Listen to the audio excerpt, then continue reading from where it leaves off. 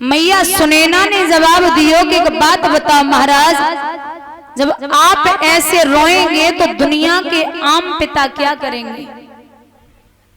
आप ऐसे मत रोइए।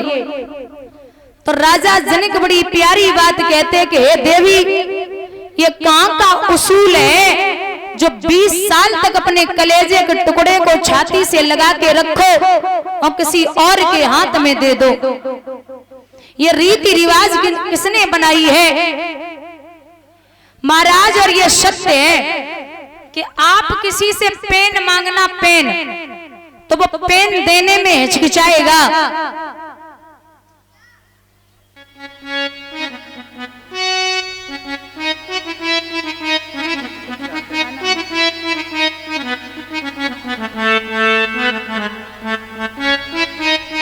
तो भैया आप किसी से पेन मांगना, वो पेन देने में हिचकिचाएगा, लेकिन यहाँ लोग 20 साल के कलेजे के टुकड़े को निकाल के किसी और के हाथ में दे देते हैं। पूरी एक बाप की शोहरत दौलत सब चली जाती है, लेकिन लड़के वाले फिर भी यही बोलते हैं कुछ ज्यादा नहीं मिल पाया। अब उन्हें कौन बताए कि एक बाप ने अपने कलेजे का टुकड़ा दे दिया, एक माँ ने अपने खेलने का खिलौना दे दिया, एक बहन ने अपनी परछाई दे दी, एक भाई ने अपनी हमजोली दे दी, और आपको क्या चाहिए?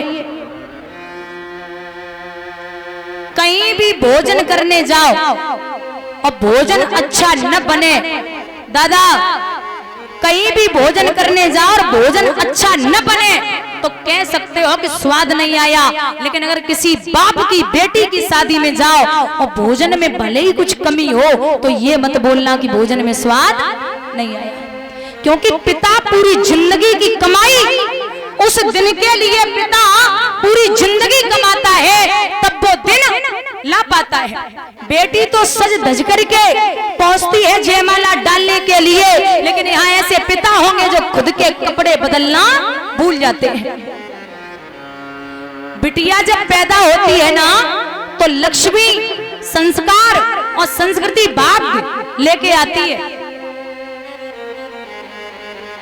पैदा होगी तो कहीं ना कहीं कष्ट होता है, लेकिन जितनी वो बड़ी होती जाएगी उतना लगाव बढ़ता जाएगा। और पिता चाहे कितना भी गरीब हो, लड़के वाले 10-15 लाख रुपए मांग लें तो कहीं से भी लाएगा, इकट्ठे करके अपनी बेटी को देगा और माँ से बोलेगा कि मेरी बेटी के लिए कुछ भी कमी नहीं छोड़ना। पिता जिस दिन अपनी बेटी के लिए लड़का देख के घर आता है तो उसी दिन बाप का चेहरा उतर जाता है। बेटी पूछती है पापा अरे दहेज में कुछ ज्यादा मांग लिया क्या? तो पिता बोलता नहीं लाडो,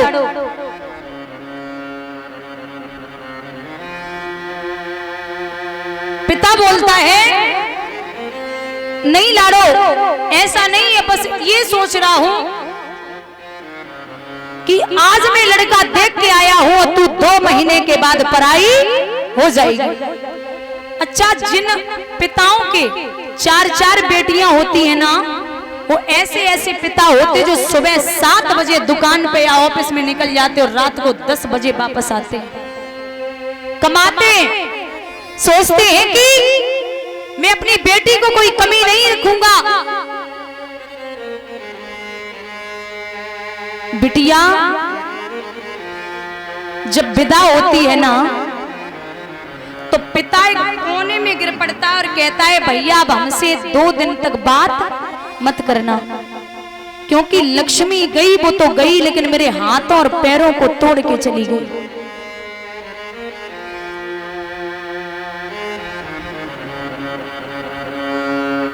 बेटी की विदाई पे सब रोते हैं, लेकिन एक ऐसा व्यक्ति रोता है जिसे नहीं रोना चाहिए, और वो है बेटी का भाई। जब तक वो कुंवारी रहेगी तब तक रोज पीटेगा, रोज मारेगा, खाना बना मेरे लिए, कपड़े धुल दे मेरे, प्रेस कर दे कपड़ों पे, सब काम करवाएगा। लेकिन बहन जब विदा होती है तो सबसे ज्यादा भाई रोता है। एक व्यक्ति पूछता है कि तू आज क्यों रो रहा है? तो भाई जवाब देता है कि जितनी बार लड़ा हूं ना मैं अपनी तरफ से ही लड़ा हूं, अगर घर आने में जरा भी लेट हो गया तो उसने 50 फोन कर दिए, कहाँ मर रहा है, भोजन नहीं करना क्या। अगर मैंने खुद गलती की होगी तो इसने खुद मनाया होगा। आज ये अपने ससुराल जा रही है, आज से न कोई मनाने वाला होगा और ना ही कोई लड़ने वाला होगा। अच्छा, बिटिया जब ससुराल जाती है ना, और जब 4-6 महीने हो जाएं, पिता लेने न पहुंचे या भाई, तो चुपचाप अपने पिता को फोन करती है, पिताजी मेरे ससुर को फोन करके पूछना भेजेंगे या नहीं भेजेंगे। वो पिता फोन भी करता है कि बेटी को लेने आ रहा था, ले जाऊं क्या, तो ससुर जी जवाब देते नहीं, मैं त्योहार पे ही भेजूंगा। बेटी चुपचाप वहीं मन को मार के रह जाती है। अगर ससुराल में बेटी कुछ अच्छा भोजन बना ले तो अपनी माँ को फोन करती है, मैया तू हमेशा हमसे चिल्लाती थी कि काम करना सीख ले, लेकिन माँ आज हमने कुछ अच्छा बनाया है, तेरे हाथों जैसा स्वाद नहीं आया। एक बात और बता दूं, माँ तो पेट भर के रो भी लेती है बेटी की विदाई पे, लेकिन पिता पेट भर के नहीं रो पाता।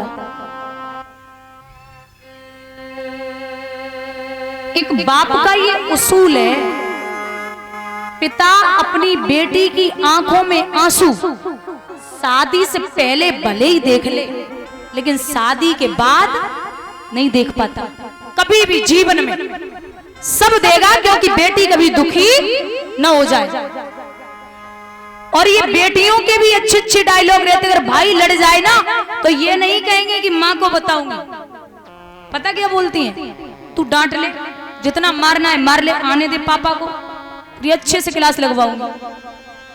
बेटियां भी पिता पे ही गर्व करती हैं, और पिता भी ऐसे होते हैं कि महाराज जो बेटियों को इतना प्रेम करते हैं, बच्चे की एक बार बात नहीं मानेंगे, लेकिन बेटियों को ये सोचते हैं कि यहाँ जितना खिलाएंगे, जितना पिलाएंगे, जितना आदर देंगे वो कमी है, पराए घर जाके पता नहीं इनके साथ क्या होगा।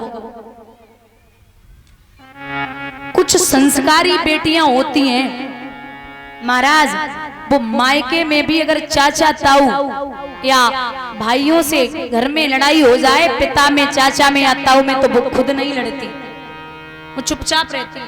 क्यों, नहीं तो पराई घर जाना, यहाँ नहीं रुकना। और ये नियम है कि भाइयों में, पिता में और चाचा में, ताऊ में झगड़ा हो जाए तो आप बीच में मत बोलना। मैंने तो कई बहनों को ऐसा भी देखा है कि अगर चाचा से और ताऊ से लड़ाई हो जाए तो वो उनके घर जाना बंद कर देती है। तो वो तुम्हारे पिता की लड़ाई हुई है, तुम्हारी नहीं भई है। तो तुम एक काम करो, त्योहार पे अगर जाओ तो सबके घर जाया करो। ऐसा नहीं है कि पिता के घर पे ही रुक जाओ और वहीं से घूम के वापस चली जाओ। तुम पराए घर की हो, तुम्हारे यहाँ कोई झगड़ा करने नहीं गया था, और वो तो भाई भाई हैं, आज नहीं तो कल इकट्ठे होंगे, तुम फालतू में ही बुरी हो जाओगी। बोलिए गोविंद भगवान की। ऐसी बेटियों में संस्कार डालना जो वो पराए घर जाए और उनके उल्हाने ना आए। बेटी को राजा जनक विदा कर रहे हैं तो दशरथ के सामने हाथ जोड़ के बोले,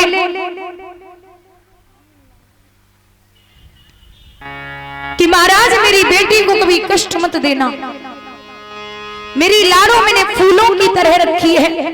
दशरथ बोले कि चिंता मत करो, जैसे यहां से मैं लेके जा रहा हूं ना, आपकी बेटी बाद में है, मेरी बहू नहीं, आज से ये बेटी रहेगी। और बहुत समझा रहे हैं राजा दशरथ राजा जनक को, लेकिन जनक जी की समझ में कुछ नहीं आ रहा। बहुत रोए, लाड़ो पिता को मत भूल जाना। हर माँ बाप बेटियों को एक ही बात सिखाएं, कौन सी?